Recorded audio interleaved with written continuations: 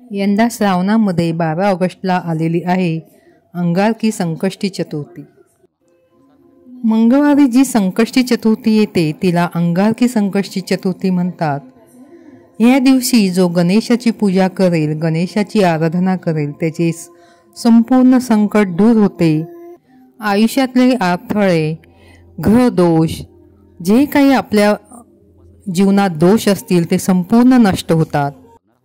ज्यांना मंगळ दोष असेल त्यांनी ही संकष्टी चतुर्थी अवश्य करावी। अंगारकी संकष्टी चतुर्थीमुळे मंगळ दोष पूर्णपणे दूर होतो किंवा कमी होतो।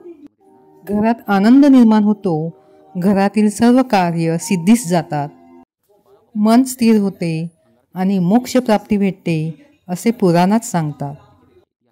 अशी ही अंगारकी चतुर्थी श्रावणात आल्यामुळे त्याला एक विशेष महत्त्व आहे। श्रावणात आल्यामुळे याचं महत्त्व अधिकच वाढलं आहे, कारण श्रावणामध्ये शिवशंकराची पूजा केली जाते, महादेवाची पूजा केली जाते, त्याबरोबरच आता गणेशाचीही पूजा होणार आहे। त्यामुळे अशा कोणत्या खास गोष्टी आहेत जे या दिवशी करावे आणि या दिवशी काय करू नये ते आपण आता पाहूया। 12 ऑगस्ट अंगारकी चतुर्थीची सुरुवात सकाळी 12 ऑगस्टला 8:40 होणार आहे आणि समाप्ती 13 ऑगस्टला सकाळी 6:35 होणार आहे। चतुर्थीचा उपवास चंद्रोदयाच्या दर्शन केल्यानंतर सोडला जातो, त्यामुळे 12 ऑगस्टला संध्याकाळी 9:17 तुम्ही उपवास सोडू शकता। चंद्राची पूजा करून तुम्ही हा उपवास सोडा। अंगारकी चतुर्थीबद्दल असे सांगितले जाते की अंगारक नावाचे एक ऋषी होते, ते गणेशाचे निस्सीम भक्त होते। त्यांनी खूप वर्ष गणेशाची भक्ती केली, तेव्हा गणेशांनी प्रसन्न होऊन त्यांना वरदान मागण्यास सांगितले। तेव्हा अंगारकी ऋषी म्हणाले की देवा, तुम्ही असं वरदान द्या की आपल्या दोघांचंही स्मरण एकाच दिवशी व्हावं। माझं नाव आणि तुमचं व्रत लोकांच्या नेहमी स्मरणात राहावं। तेव्हा गणेशाने असं वरदान दिले की मंगळवारी जी चतुर्थी येईल तिला अंगारकी चतुर्थी म्हणतील आणि या दिवशी जो भक्त गणेशाची पूजा करेल त्याला विशेष वरदान प्राप्त होईल, त्याची सर्व दुःख नष्ट होईल, त्याला सुख प्राप्त होईल। म्हणून अंगारकी संकष्टी चतुर्थीच्या दिवशी तुम्ही गणेश आराधना करा, गणेशाची पूजा करा। अशी ही अंगारकी संकष्टी चतुर्थीची कथा आहे। ज्यांना संकष्टी चतुर्थी आपल्या चालू करायचं असेल, तो उपवास चालू करायचा असेल, व्रत चालू करायचं असेल, त्यांनी अंगारकी संकष्टी चतुर्थीपासून हे व्रत चालू करावे।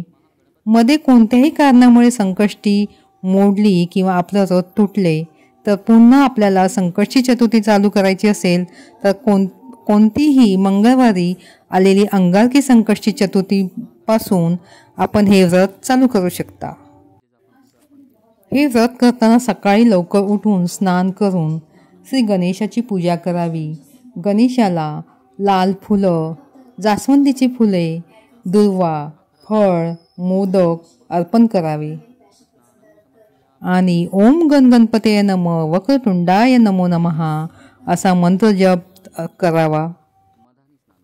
दिवसभर फलाहार घेऊन दूध पाणी पिऊन उपवास करावा।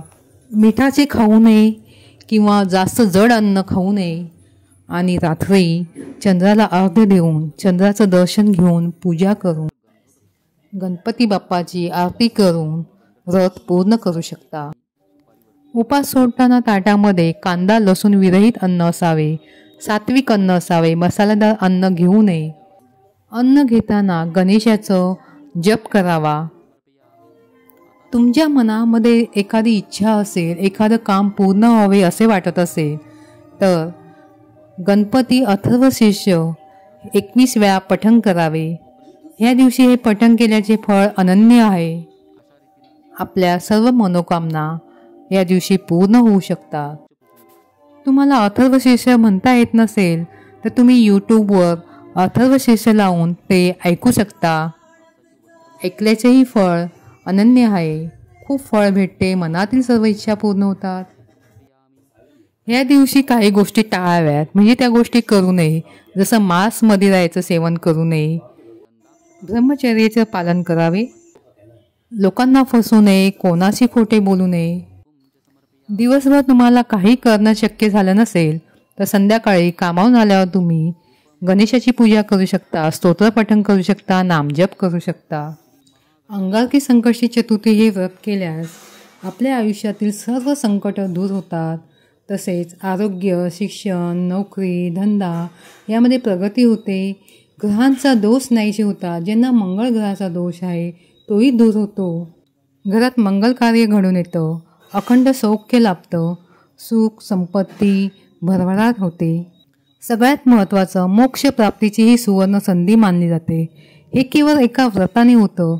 त्यामुळे सर्वांनी अंगारकी संकष्टी चतुर्थीचे व्रत अवश्य करा आणि योग्य विधीने पूजा करून, गणेशाची उपासना करून, चंद्राची पूजा करून, देवाच्या चरणी आपलं मन लीन करून साधना करा आणि गणेशाची उपासना करून हा उपवास तुम्ही अवश्य करा. अतिशय साधी सोपी साधना आहे.